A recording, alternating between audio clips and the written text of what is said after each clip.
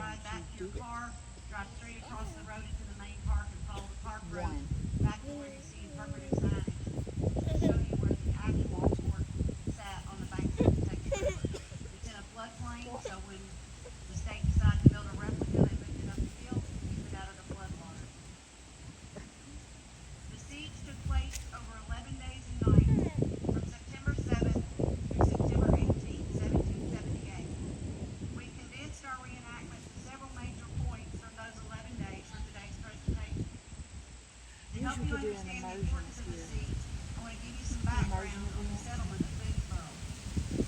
Prior to the American Revolution, Richard Henderson, an accomplished attorney and associate judge in North Carolina, envisioned starting a 14th colony called Transylvania. Fort Boonesborough was to be its capital. The Transylvania Company was comprised of a group of North Carolina businessmen. The purpose of the company was to be a profitable venture of land speculation in the Kentucky territory. Therefore, under Henderson's leadership as governor, and if he had the blessing of King George III of England, the 14th royal colony of Transylvania would have been formed. Since 1769, these investors had been secretly forming plans to purchase Indian lands in the Kentucky region, even though the treaty ending the French and Indian War in 1763 forbid the settlement of any land west of the Alleghanies. Without a royal blessing, Richard Henderson proceeded with his plan and negotiated the sale of the Kentucky lands from the Cherokee at the Sycamore Shoals in Tennessee. With approximately $50,000 of money and goods, such as guns, lead, blankets, corn, and rum, he purchased over 31,000 square miles bordered by the Ohio, the Kentucky, and the Cumberland rivers. In today's value, that would amount to over $2 million. However, it was a small price, considering that the land purchase comprised about 39% of what would later become the state of Kentucky. A week earlier, Daniel Boone and 30 axemen employed by the Transylvania Company set out to cut the trace from Cumberland Gap to the banks of the Kentucky River. They arrived on April 1st, 1775, just a couple of weeks before the beginning of the American Revolution at Lexington and Concord, and started construction on crude log cabins to begin the settlement of Boonesborough. Soon, pioneer families led by Boone and others began making their way to the Cumberland Gap and following Boone's trace to a new land of opportunity. Despite several Indian attacks during the early years, the fort was not adequately completed for the first 3 years.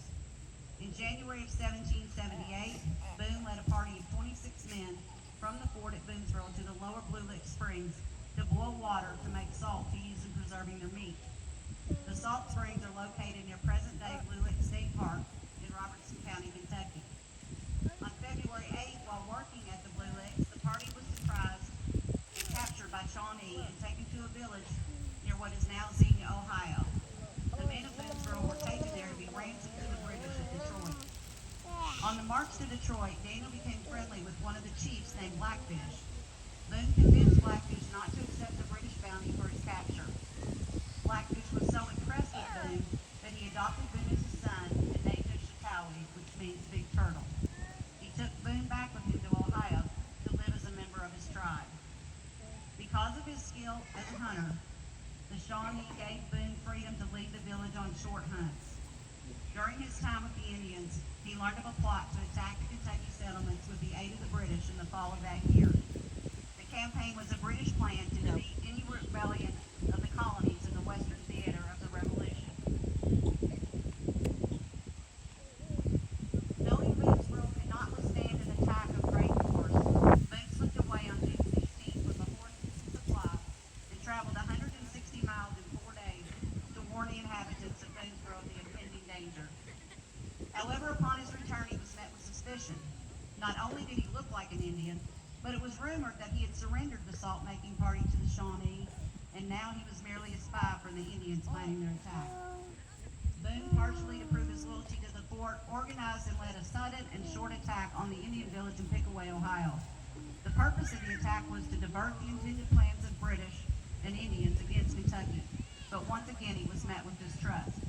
By leading the attack, Boone was accused of weakening the defenses of Boonesborough and collaborating with the enemy. Richard Callaway, always skeptical of Boone, had charges levied against him. The charges were still pending when the fort was attacked on September 7th. That Monday, September 7th, dawned as a beautiful fall day. Boone and two of his nephews were outside the fort with some women and children, watching and anxiously awaiting the arrival of requested reinforcements from the Virginia militia. Around 10 a.m., on a hill behind the peach orchard and cornfield, figures appeared on the horizon. Boone's nephews at first thought they were the militiamen they were expecting and were just about to greet them when Boone recognized them as Indians and sounded the alarm to get everyone inside the fort. The great siege had begun. Hey, Indians.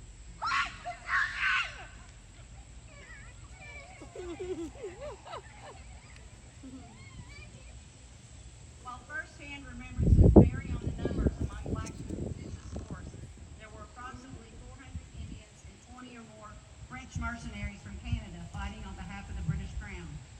The Indians were mostly Shawnee, but there were also a number of Delaware, Wyandotte, Miamis, Mingos, and a few Cherokees. Over the next few days, a series of parleys and meetings took place between the Indians and settlers as Blackfish and the other chiefs tried to negotiate the surrender of the fort in hopes of capturing the settlers and trading them to the British for bounty money.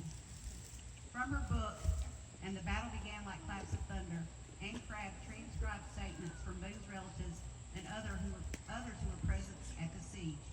The following facts were learned. The first time the Indians approached the fort, they asked for Boone. Daniel went out alone and was careful to stay within sight of the fort. It is said that a runaway slave named Pompey was with the Indians, and it was he who approached the fort under a white flag of truce and called Boone out. Dimita Shaway! Dimita Shaway! Your father would like to speak to you. Daniel Bryan described the conversation. Daniel Boone and Blackfish gave each other the hand in a friendly manner and inquired how each other had been.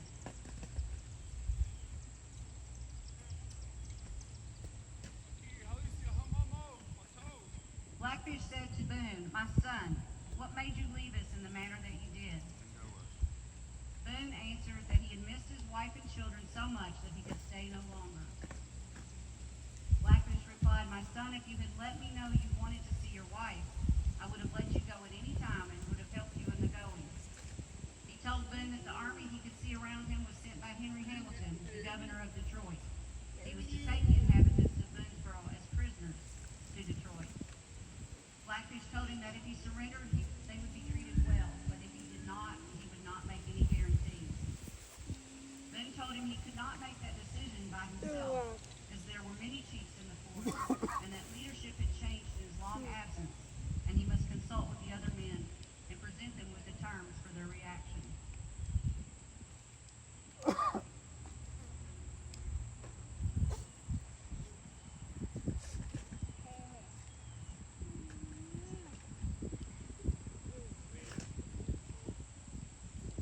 After a quick consultation, Boone and some of the others from the fort, including Squire Boone, his brother, John Stout, Pemberton Rollins, and Edward Bradley, returned to speak to the Indians.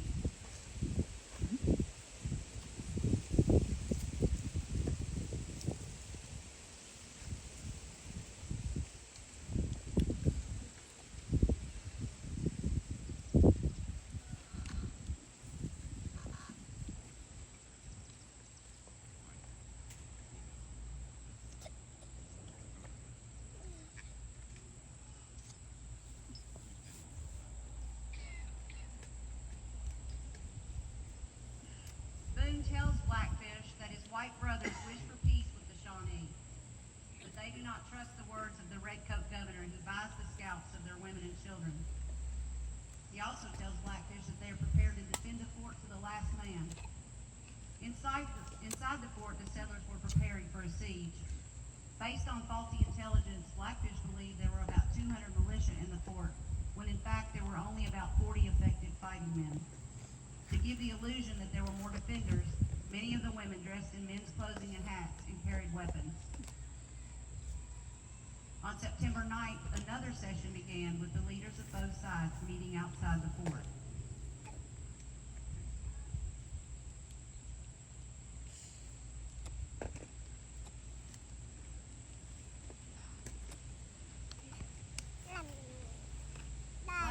asked Boone, by what right do you white people take possession of this country? Boone replied that the region had been lawfully purchased from the Cherokee at the Sycamore Shoals. Blackfish asked the Cherokee chief with him if this is true, and he says yes, that it is true. Blackfish said that if this was so, it changes much. So he then proposes a treaty of peace with the boundary being the Spele-Wee-Pee-Pee, the Indian name for the Ohio River. Blackfish told him that it would be a long and lasting treaty, but first, the settlers must do the long shake to make the treaty binding. The Indians, 2 to each man, stepped forward to grasp hands. The men from Boonesborough were skeptical but reluctantly agreed. As the binding handshake begins, one of the men begins to shy away. Blackfish gave a loud command in Shawnee, and the Indians seized the men and tried to take them prisoners. The fight begins.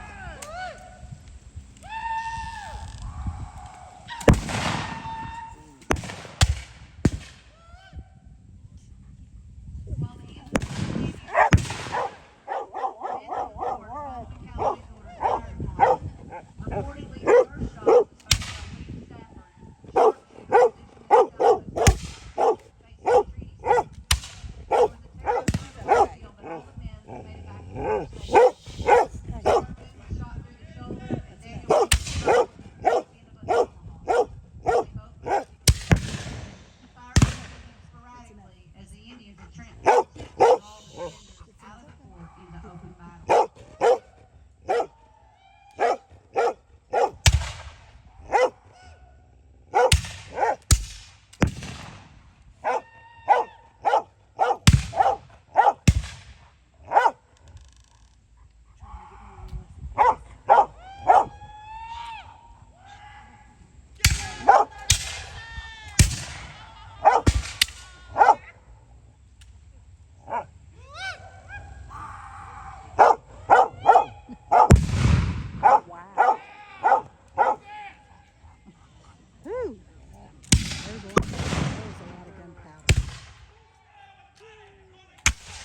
Show it, red face.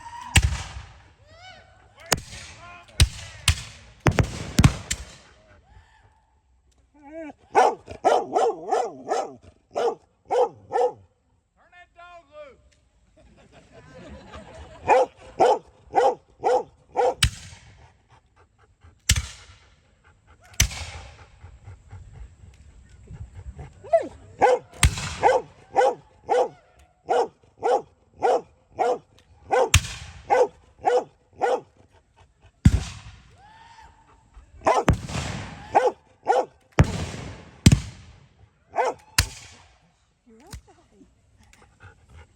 Sit.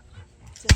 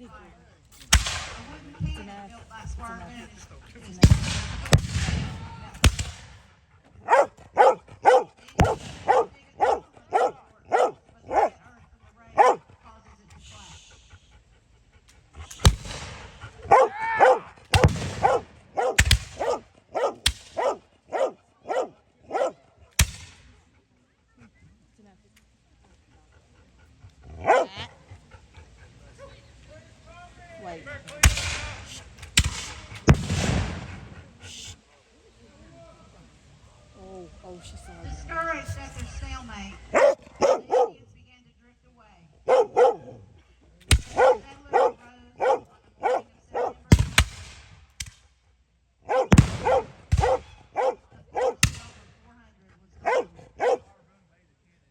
The force of over 400 was gone.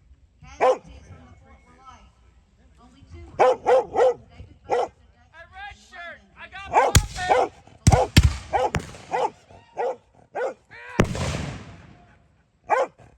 the Indians were thought to be about 40, including Pompey, and the Indian that William Stafford killed with his first shot. Because the Indians took the body from the field, there was no accurate count.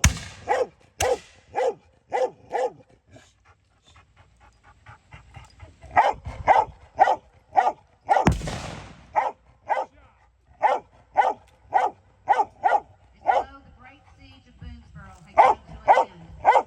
The ability of the settlers to hold out was pivotal in the Western campaign. The British lost their credibility with their Indian allies and were never able to mount another major offensive to eliminate the settlers on the Western Front. Had Boonesborough fallen, the other Kentucky settlements would likely have fallen too, and the Americans would have spread their forces thin to fight for their independence in the West as well.